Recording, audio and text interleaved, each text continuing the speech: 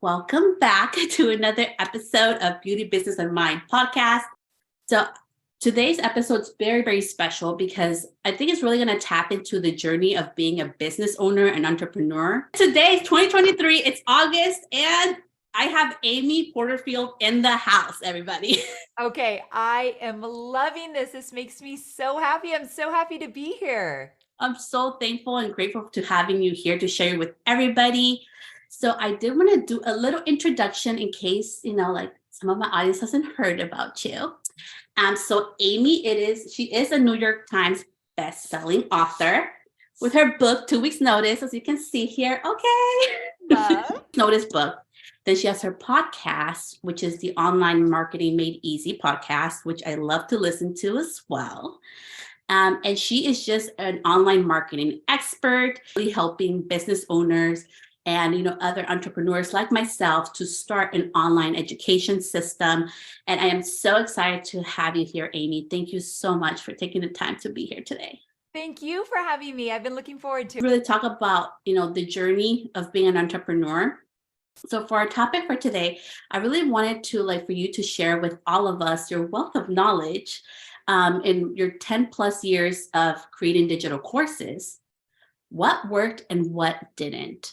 I think especially now where we are all in this online space where everything seems so instantaneously, Amazon next day delivery. I think we forget sometimes that it is a journey for some of us and for most of us. So I really wanted to touch into that today if you're open to that.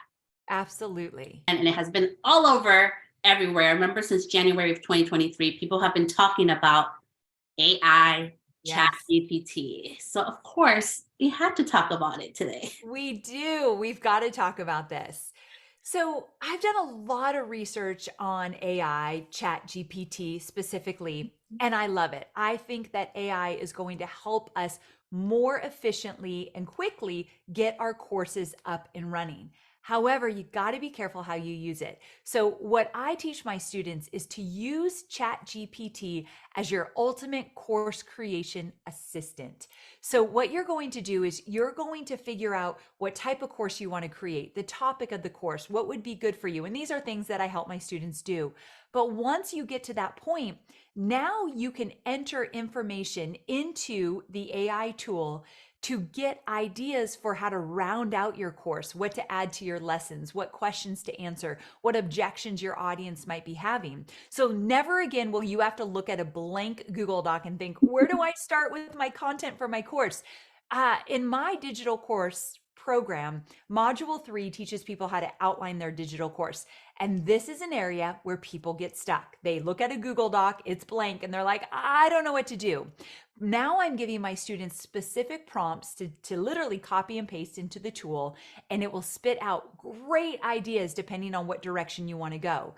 You just need to be careful not to think that AI is going to create your course for you. You will end up with a watered down, plain, very generic course that will absolutely get lost in the online noise. You will not be a competitive course creator if you do that. But if you come up with the ideas and then ask for feedback and insight, that's a whole different ballgame. So that's what I teach my students to do with AI. Yeah, I really love that you talk about that because I love how you said it wasn't like an assistant. So Yeah. as soon as I started, because I've been playing with Chat GPT, I love it. It's like my brainstorming session. It's not Same. really to copy and paste. That when I heard assistant, I'm like, oh my gosh, I can use it like my assistant. And it has been working so well, but I totally 100% agree. I would not recommend I copy and paste it to No, read anything. it's just not there yet. So be careful with that. Yeah, and with the whole talk of AI, there's also a lot of people that are against it because they're kind of scared that it's going to replace human experts and maybe the needs of educators or even online education is no longer needed because we have AI. What would you say to that? Yeah, I was on another podcast and a woman was saying, do you think people are going to not buy digital courses anymore and just go to AI to get all the information they need? And I absolutely do not think that's ever going to happen. And here's why. When you learn anything through AI, what it is missing is connection, compassion, engagement, empathy, grit, soul. None of that is in those responses. The nuances of do this and tweak that a little bit and try that, that is not in there. Now, if you take a digital course from someone who's gone before you, they're sharing the good, bad, and ugly. They're sharing all their scabs and what happened to them and how they overcame it. You're hearing their stories. You're hearing their heart. You're getting their personality inside of your training, and their teaching style is something that hopefully you're connecting with and learning a lot faster. It's a whole different world when a human being is sharing their experiences with you and guiding you. Do not use AI as your guide, use it as your assistant. That's a very different distinction right there. And so I have no doubt that AI is not going to replace digital courses. It's just going to help digital course creators be more efficient and faster in getting their content out there. Yeah, I totally agree with that. Like, I do a lot of live Pinterest TV episodes, and for me, it's incredible. Like, I talk about the simplest things. Like today, I'm doing an episode for them on curling your hair, having like your curls last longer. Yeah. Something that you can Google, but people are so interested to learn from you and have that connection factor. So it's so important that we tap into that. So true. Absolutely. So you have to be careful. The reason why I teach my students to create original content, put their content out there in a blog or a podcast or a video or a live show like yours, is because you are becoming a go-to source. People need to know, like, and trust you in order to want to buy from you. I have a student and we call her Sarah Sourdough because she has a digital course teaching people how to make sourdough bread, sourdough starters, and beautiful bread recipes. And if you think about it, you could go on YouTube and Google how to make sourdough bread, especially after COVID. It was like one of the most popular things, and you'll get thousands of hits for videos on how to do this. However, why does Sarah make thousands and thousands of dollars with her digital course? They want to learn from her. She's a busy mom. They can relate to her. She's got stories and experiences that they will not get anywhere else. And you want to learn from someone that you connect with. So that's why it's important to build your brand and put out your content so people see you as their go-to source. So, and talking about source, I know that you have this awesome guide for Yes. anybody that wants to use AI. Like, oh, I'm kind of stuck. So, what does the guide really help us with? So, first in this free guide, I'm going to teach you how to choose your course idea. So, I take you through something called the sweet spot formula. We're going to come up with your first initial course idea. From there, I'm going to give you AI prompts that you can copy and paste and put into your AI tool so that from your idea, now you're going to flesh it out and get ideas and brainstorm how to really build this into a course. So I'm going to help you absolutely get started with your first digital course for free in this guide and use AI to do it quickly. Awesome. And if you want that free guide, so I made an easy link for you. So Perfect. I love an easy link. I know you can just click on it if you want. It's on the show notes. So it's celestastylist.com/AI. You can literally go on there, put your name, download it, and it's free. And it's from Amy, which is like an awesome gift, honestly. Cool. Now about our mindfulness or mindset, right? Like so important as being a business owner. Part of being a business owner, right? It's not like when you see a graph, everything just goes straight up to the moon, right? It's like this roller coaster ride. And I would love to like share from your expertise to my audience, what kept you going when you don't see results, or in the beginning when you weren't getting the results that you were seeing your other peers around you, other people get for yourself?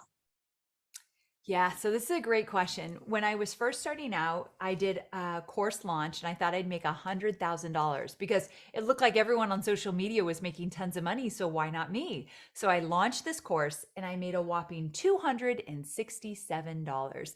Now, the sad thing is the course was $297, but by the time I backed out just a few $1,000s of expenses, I made $267 profit.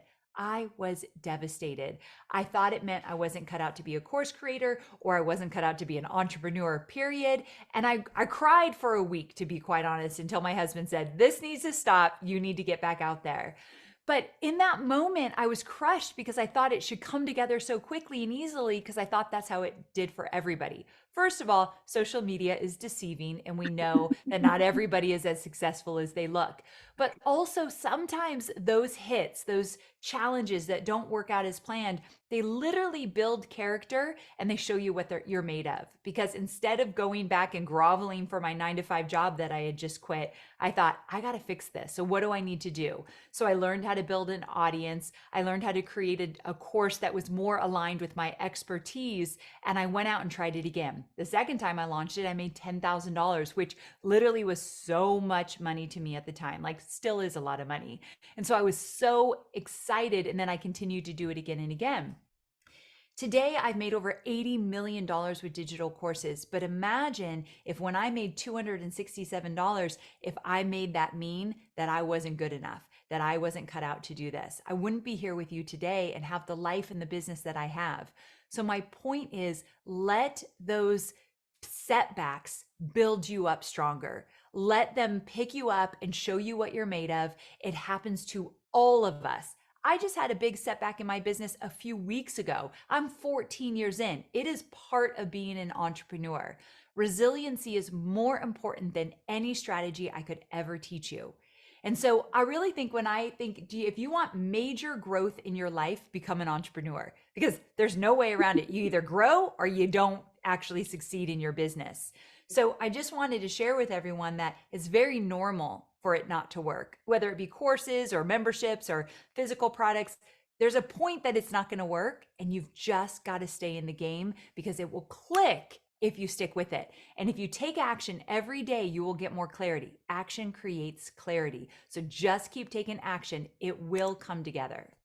I love that you share that. And, hearing like your numbers, like $80 million, okay, you've been on there like 14 years, right? And you kept going, even like after like your first launch where you're like, should I even keep doing this? How did you pivot? Because I think people have such a hard time, especially my industry. I am known for pivot, so that comes easy to me.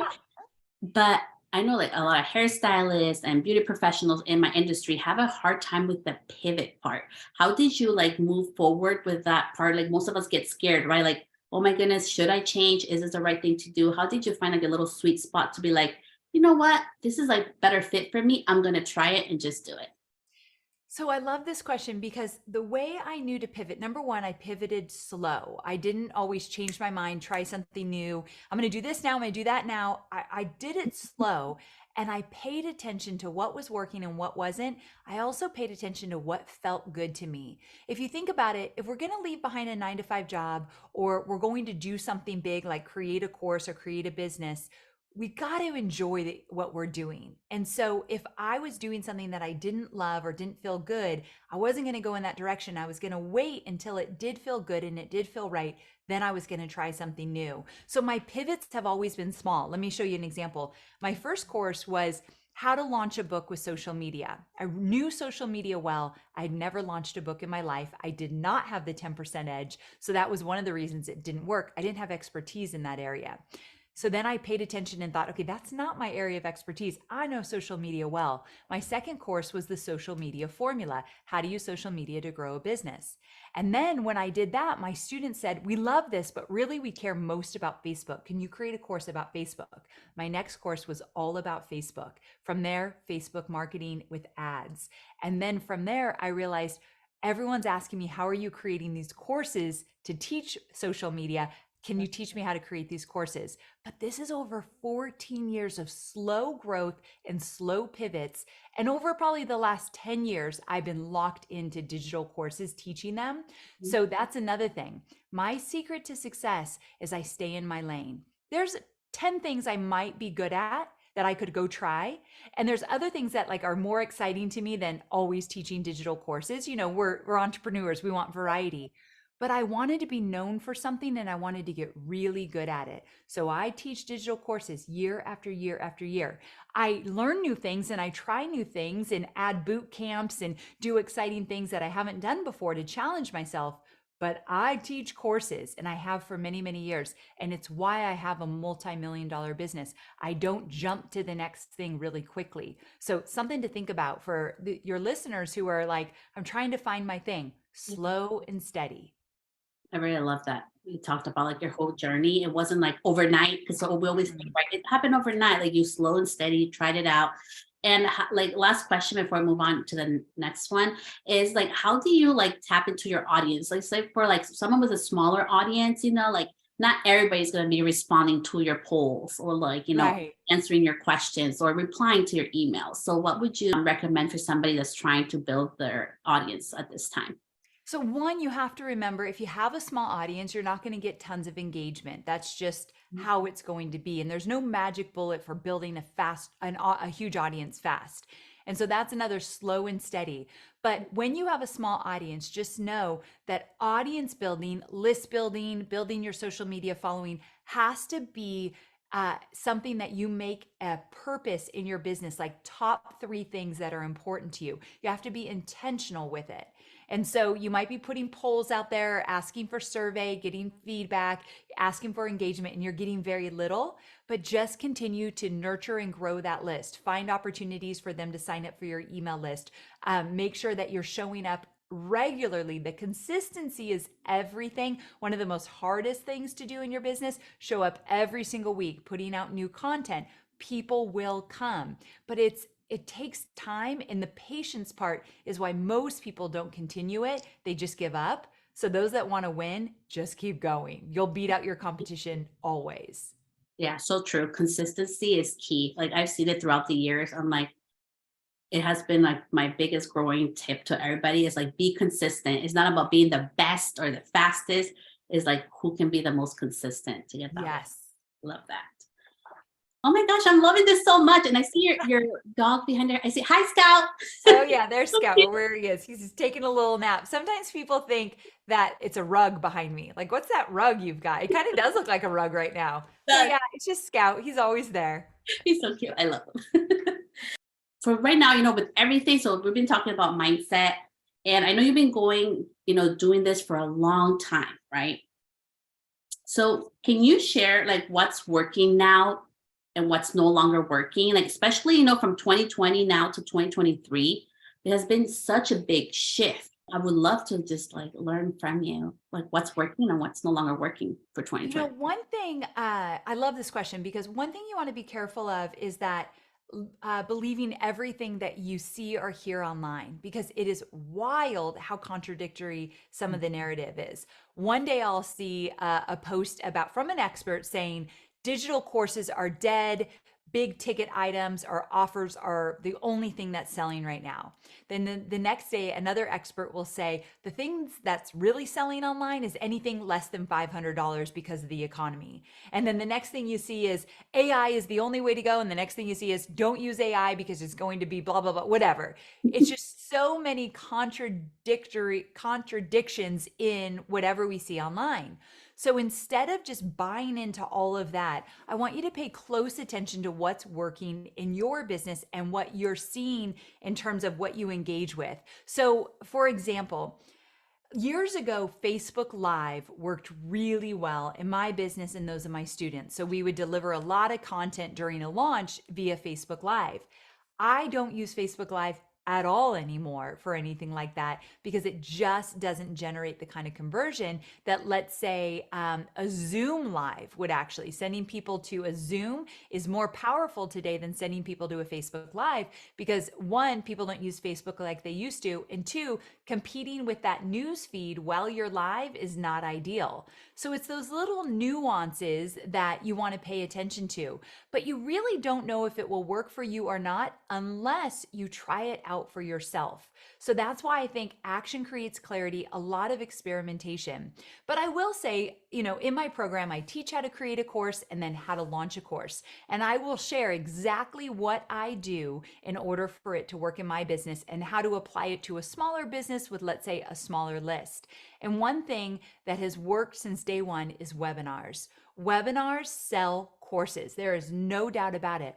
But the way I did webinars 10 years ago versus how I do webinars today, very, very different. For example, I'll show up on video, like I'll show my face on a webinar. You don't have to, but I will. But 10 years ago, they didn't even have technology to do that. It was just slides and audio. So doing what works, but then enhancing it, optimizing it is my secret. That has helped me. I don't tend to subscribe to all the new trends, the fancy things that are working, because they tend to go away. Threads is a great example. Threads came out, the IG, Yeah. social media, and it came out, and it's still thriving, I think, but not nearly as much as it was the first month it came out. And so if I jumped on that and said, okay, everyone, we're going to start creating and launching our courses only using Threads, it's the new thing, I'd look like an idiot. So I think slowing down and letting things kind of figure themselves out before you jump on that trend is one of the smartest things I could do in my business and what I teach my students. Yeah, I really love that you're sharing that you need to look what works for your business, right? Because Yes. business is different. And I always feel like we all have our secret sauce and like our like a little magic sauce right in front of us if we just look at the data, like what's working, what our clients are actually booking for or looking for. So I Yeah. think it's so important to remember that too. I really love that. Yeah. And my last question has to do with mindset and mindfulness because this one really hits home for me because I have been through so much this past years from pivoting and just trying to keep going. And I know you have your stories as well. I listen to your podcast. I'm a member of DCA, which is Digital Course Academy. Amy's the one who taught me to market myself online and do the Yes, I webinar. love it. Yeah, so that's how I started with all that. But what's the one thing that has kept like helped you keep going in those times that you wanted to quit? Like you really hit the floor because sometimes like we'll see, like I mean, I have your book. Like I can't believe I'm having a podcast with you today. And sometimes we're like, well, it's just me. Nobody else gets it. Like they're in the other realm. They don't know what it is to hit rock bottom. They don't go through hard times. Like, how do you keep going? And also, like, how long did it really take you to hit those first six figures? Because for me, I think it's really important to be also in integrity, which I love and I know that you are. That not everybody's gonna hit those first six figures, like in your first launch or your first year. And I love how you have been sharing throughout the podcast today your true journey of how you got to be such a successful, like entrepreneur that you are today. Yeah, so I definitely have had some big setbacks along the way in my business. And so when I first went out on my own, I left a job with Tony Robbins and went out on my own. And all I wanted to do that first year was replace my salary. So I did hit six figures the first year because my big goal was I just got to replace the salary. The challenge was that I was taking clients and I was doing people's social media, like small businesses' social media. So I might have hit those first six figures that first year. I was miserable.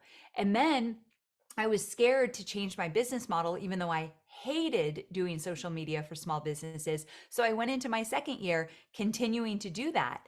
In my second year, I made less money than I made my first year. And the reason for that is I didn't like what I was doing. I was working more hours than I did at corporate, which I didn't even think was possible. And about halfway through my second year, I thought this is not working. And that's when I started to create digital courses instead. And because I wasn't successful right out of the gate, I made less money. And so I made a lot of money, less money. It took a few years. I left in 2010. By 2013, I was really thriving, but it took a few years to actually get going. But along the way, I won't get into too many details. I tell this story in the book, but I took on a business partner. I literally gave somebody 50% of my business like overnight, which was insane of me to do. It had everything to do with my insecurities and scared that I wouldn't be able to do this alone. And the partnership was great for a few years, and then it wasn't. And it was really hard to get out of it. And I thought I'd have to dissolve my business and start over because of the mistake I made about getting into the partnership. Thank God I didn't. And I tell this story in the book, but that could have just flattened me. Like it could have made me believe that I was literally not cut out for this. And so just know that my challenges might be different than yours. I might not have the same kind of issues, but we all struggle to get our businesses off the ground in different ways, from people not believing in us, not having a support system, not having enough money to invest. I mean, it goes in so many different ways. But you got to ask yourself, how bad do I want it? For me, all I wanted more than anything in the world was freedom. I didn't want to be told what to do, when to do it, or how to do it. And I was really tired of having a male boss. I didn't want it anymore. As wonderful as Tony Robbins was, I didn't want a boss anymore. And so that drove me. So when things didn't work out, when I got knocked down, when I was in a partnership I shouldn't have been in, I just thought to myself, I've got to figure this out because I do not want to be someone's employee. And so you have to get clear on your why. When your worries knock you down, your why will pick you back up if your why is strong enough. So your why doesn't have to be about changing the world or helping millions of people. It could be as simple as, I don't want a boss. Whatever it is that will get you out of bed in the morning and keep you going when things get hard, get clear on your why so that you'll keep going. I really love that, Amy. And so lastly, for somebody who's like right now, like struggling and trying to keep going, like what are some like helpful tools that have helped you during those times? Because I know sometimes like when it happened to me, I was like, how am I going to continue to show up? Like I don't even have the energy or like, bandwidth. I don't have a team to go show up for me, Yes. What are some helpful tools for that? Okay, so number one is that you've got to find your business bestie. And I think this is important. It's not easy to make friends when we're, in our 30s and 40s is not the easiest thing to do. But one of the things that has gotten me through some of my hardest times is that I've had a few people on speed dial.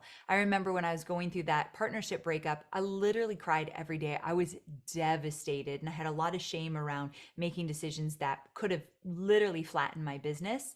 But I had a few people that were in my ear every day, checking in on me, making sure I was okay. And I had fostered those relationships so that they delivered when I needed them the most. So go out of your way to make friends with people that are also building businesses. The friends you had from high school will never understand what you're doing. They will think you have lost your mind. Mhm. But the friends that are also building businesses will absolutely get you. So I've got two girlfriends that I talk to every single day via voice text, not on the phone, let's not get crazy, but via voice text on the phone. And it's just my lifeline. And so that is everything. So find your business besties, make an effort. They won't find you, you have to find them and really pour into those friendships. I think the second thing is I am always looking out for my mental health and wellness. I struggle from depression and anxiety. I have since I was really young. And so I know that every day I need to move my body. I don't like to work out, but I know I've got to move my body for my mental health. I know that I need to see a therapist when things get a little bit too rough for me. I know that I need to slow down, take naps, meditate, take care of myself beyond anything else. So I've got these little things that work for me. And the goal here is you finding your things that work for you. It might not be meditation or taking naps or whatever, but what will help you with your mental health. Your mental health is important, more important than any strategy I could teach. So finding your routine is really important. And I love that you say that because I suffer from anxiety. I have to like walk. I go on little walks. I talk to my Yes. therapist too, and I talked about it in the podcast. It's just really important to keep me going and my mental health really strong. So I love that you're touching on that. So thank you so much for being so open. And Yeah. I know I've heard through the grapevine that you have a boot camp coming up. So can you I tell me about do. Okay, so I'm so excited about this. Once a year, I do a boot camp, and it's for anybody who wants to see if courses are right for them, see what it takes to get started, jumpstart their journey. So it's $49, one of the cheapest things I offer in the year. And I'm live teaching in this boot camp. It's in a private group. I'm live every day teaching how to get started, how to come up with a course idea that will be profitable, how to validate it to make sure you don't create something that no one will buy, how to choose what type of course to create, how to price it, how to use AI to get started. Like I'm teaching all the let's get started strategies for your digital course. And there's a lot of accountability. You can ask me questions. It's really interactive. I do it once a year. It's coming up starting September 13th. So you don't have a lot of time, but you got to get in it because this is something you don't want to miss. I get the best feedback from my boot camp. I love that. And if somebody already has like tried to do a course before but hasn't worked out well, is this like a good boot camp to take with you and to get more support on there? Yes, absolutely. I've got a lot of people who have launched before. They weren't happy with the results. They learned my method of launching and they've been able to triple their launches since then. I've got tons of stories like that. So, yes, if you want to kind of start over, reevaluate, see what you might have missed, this is a great place to start. Amy, I want to say thank you so much for making one of my manifestation checklists. Yes, I love it. Also, you probably don't know this, and if you're watching this live, so I am part of your DEI committee, so diversity, equity. Oh, that makes me so happy to hear. Thank you for that. Thank you for allowing all of us. So I am part of Amy's launch team, and it was so beautiful. We all got the same opportunity to be part of the podcast, to have her come into our podcast and interview Amy. And I got in. So It was so meant to be. So it I'm was. so glad you did. And thank you for helping shape my business to be more diverse and inclusive. Like it's a very big initiative for us. So thank you for giving your feedback because we take it all very seriously. So that was really fun to hear. I didn't know that. Yeah, and you really do. Like you really take into like account, and I see the changes happening, and I'm so grateful and thankful for you for that. And to all my Latinas, we can make things happen, okay? Yes, I love it. Thank you, Amy. Thank you, my friend. Take care. You too. Bye, Amy.